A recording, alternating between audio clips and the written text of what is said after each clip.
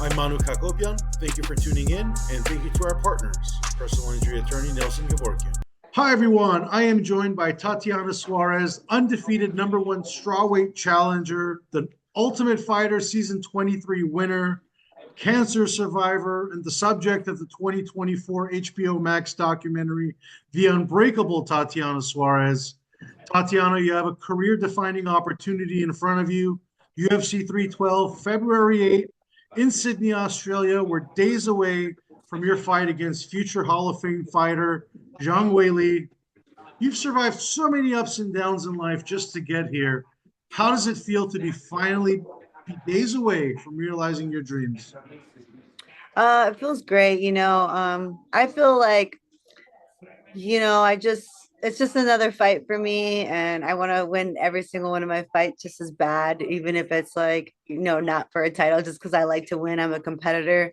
I've been competing from a very young age. So for me, I don't put too much stock into the other stuff. I just kind of go in there, do my thing. And yeah, I'm excited to go out there and perform.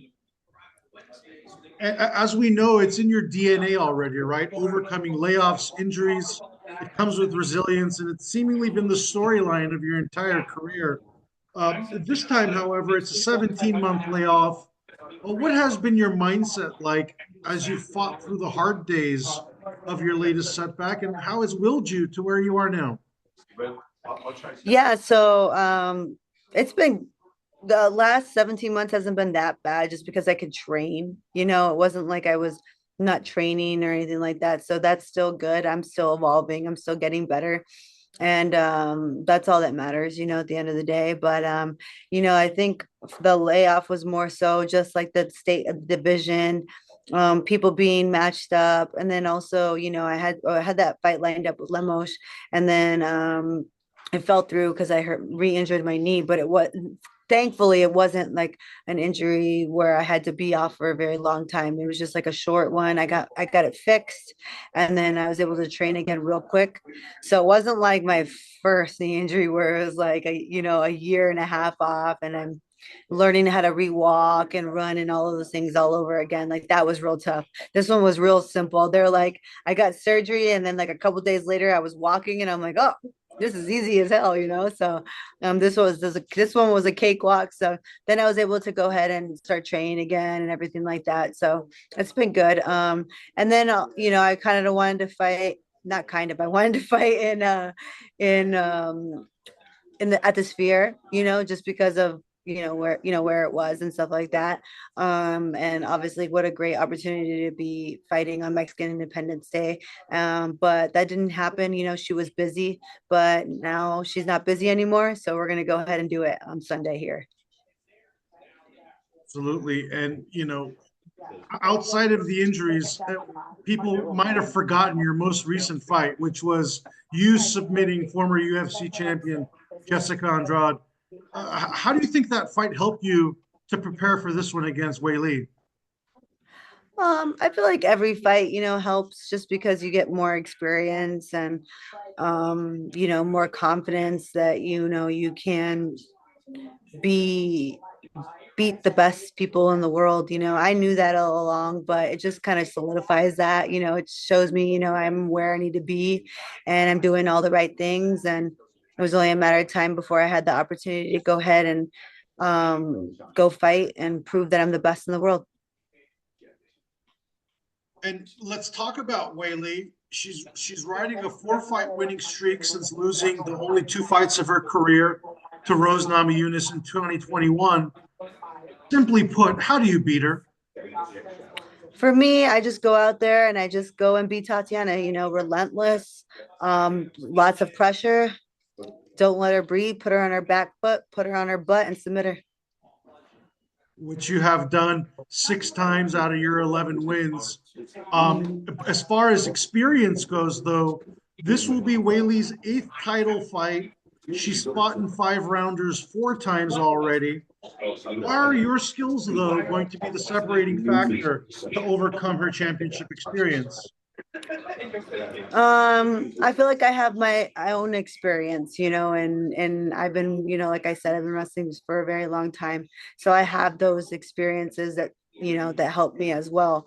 But for me, my skill set is just so superb that I don't even plan on going 5 rounds, and she can have all the experience that she wants. But if I get her neck in the first round, she's not going to have no experience to rely on for the fifth round, because it'll be over. And your inspiring story will reach another chapter at that point. And for whoever's watching, I highly encourage you guys, check it out. The 2024 HBO Max documentary, The Unbreakable Tatiana Suarez. It goes through all the trials and tribulations, you overcoming cancer at the age of 20 as it derailed your dreams of making the Olympics and your fighting career. For the fans you inspire, for cancer survivors and so on and so forth, what's your message to them as they're fighting through their hard days? Yeah, I would just say to be very positive, take it one day at a time. It's really, really difficult. You just don't know what the future is to come. It's just like one of those things where you just like, I like the thing that I did the most was just to do things that made me feel good and to stay as healthy as possible. So like I had a very good diet. I also just was doing like things like yoga, things that wouldn't like put too much stress because of the treatments, make you feel real tired and stuff like that. But doing those things and making sure that I'm still doing something that I love and getting out and about, taking walks, you know what I mean? Like, because I know that some people really lose a lot of energy during the treatment. So it's really hard to like stay super active. So that's something that, you can just stay a little active, stay positive because energy is everything. And it goes without saying, the road you've been on, you're a winner in life by every definition already. And going on, I want to end the interview on a little bit of a lighter note. Your teammates with Sean Strickland, going back to your days at Millennia MMA, he's the main event. I'm pretty sure it goes without saying you're going to be rooting for Sean, but I'm very curious.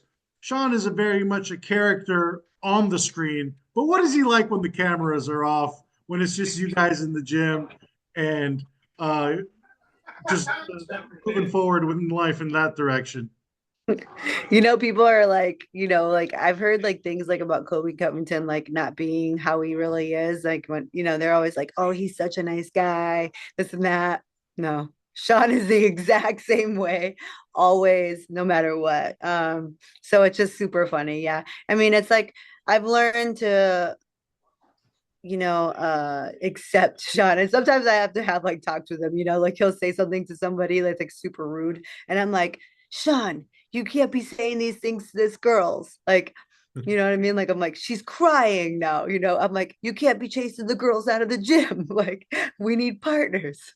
So I'm just like, those are the times where I have to step in, and be like, telling them things like, and he'll be like, okay, okay. And then he'll go over there, he'll be like, I'm sorry, like saying sorry and stuff. So yeah.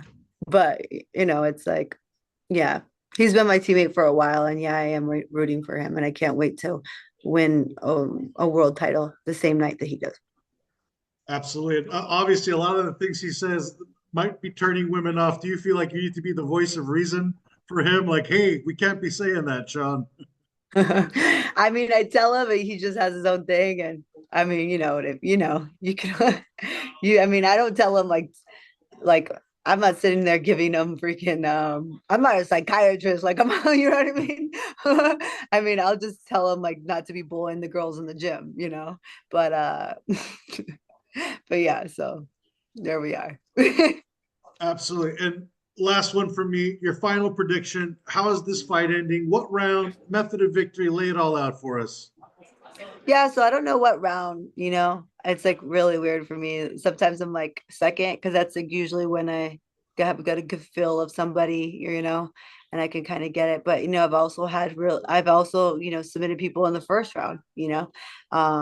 But yeah, no, I mean I do predict to finish just because I am so, good at submissions and I do predict that. So I'm looking for that, and I'm gonna go out there just like I do every single day. And like I'm like, I'm when I go train and I'm gonna go get my submission. to win a world title. Well, you certainly have the attention of odds makers. They have this as a very tight fight, seemingly a coin flip, and I'm pretty sure you're looking to bet the bank on yourself come February 8th, UFC 312 in Sydney, Australia. Tatiana, congratulations on getting here, and good luck to you as you reach into fight night. Thank you. I appreciate it. Are you Armenian? I am, yes. Yes, I can tell by your name. Absolutely. I'm sure Yeah. growing up in Los Angeles, you came across a Yes. lot of Armenians. Yes, yes, absolutely. For sure. That's why Any phrases or words you know, cool stories? I don't know. But you know what? So funny thing is I used to wrestle. Okay, this is a cool story. So you know how I told you about my experience? Like I have so many experience with wrestling. I will never forget this. So back in the day, I used to wrestle this Armenian kid, and I think his name was like Tigrin or Tigrin or something like that. Is Tigran, that an yeah. Armenian name? Yeah, Okay. Tigran, yeah. Yeah, yeah. Okay, there you go. I was right. And I used to wrestle him every single week. And like I would beat him every single week, right? And his dad, he just couldn't stand that I was a girl and I would beat his son. And so then I remember this one time we had like a super close match and it went into like double overtime. And we did the old Greco stuff. Like it was like when I was a young girl, we used to have different things. Even this is how Rulon Gardner actually won the Olympic championship. He it's like you go ahead and you could both have an over under, and you're locked up, and you either have to throw the person down or somebody breaks their lock, and then that person, if whoever breaks their lock, they lose. Rulon Gardner won the Olympic gold medal this way. So we did this, right? And his son ends up breaking his lock first. And then that was, it was crazy because I think like he saw like how much I wanted to win. And then from that day on, he like forever respected me. All those other times, he was like, I just can't stand this little girl that beats my son. I could tell, he just didn't like me. And that day he like hugged me and he gave me a kiss on the top of my head and was like, you're a very good wrestler. I could see how much you want to win. And that's just always like something I always remember. That's terrific. Amazing story. Yeah. And obviously, a lot of Armenians in the UFC now. I'm pretty sure you'll be you won't be hard pressed to find some wrestling partners. Probably Arman Tsarukyan is the biggest one of them all. Yeah, for sure. He's a great wrestler. I did like enjoy his fight with Islam the first time because there was just so much grappling. So amazing fight. I guess since we have you here really quickly, do you think Arman beats Islam in the rematch? I think that's just that's hard to say, like I think that Islam's so good, but I think that so is Arman. Did I say Islam first? Okay, Yeah, well, they're both very, very good. So I'm like, I'm wondering what they're gonna do now because they said that they're not gonna let him fight for the title, which I don't think that's actually fair, because he had a good run to get to the title shot. But I don't make those decisions. That's out of my pay grade. Or I guess I'd get paid more. No, I'm just kidding. Well, you've experienced it yourself going through so many injuries, it's like I can imagine how you would feel if that opportunity was taken away from you. But again, you're coming off of a major layoff straight into a title fight. So, you've really made a path for yourself. And congratulations again for doing that. It's an amazing opportunity. And good luck. I'm sure all of Southern California and all your fans in Las Vegas as well will be cheering for you, and everyone else who's followed along in your journey. And Tigran's dad. And Tigran's dad. Well, we got to make sure you send this to him. I know. I'm like, I don't know what he's doing now, but if he could see me now, Awesome. He wouldn't be that upset. I'll try to work through my grapevine of connections in the Armenian community to get this to him.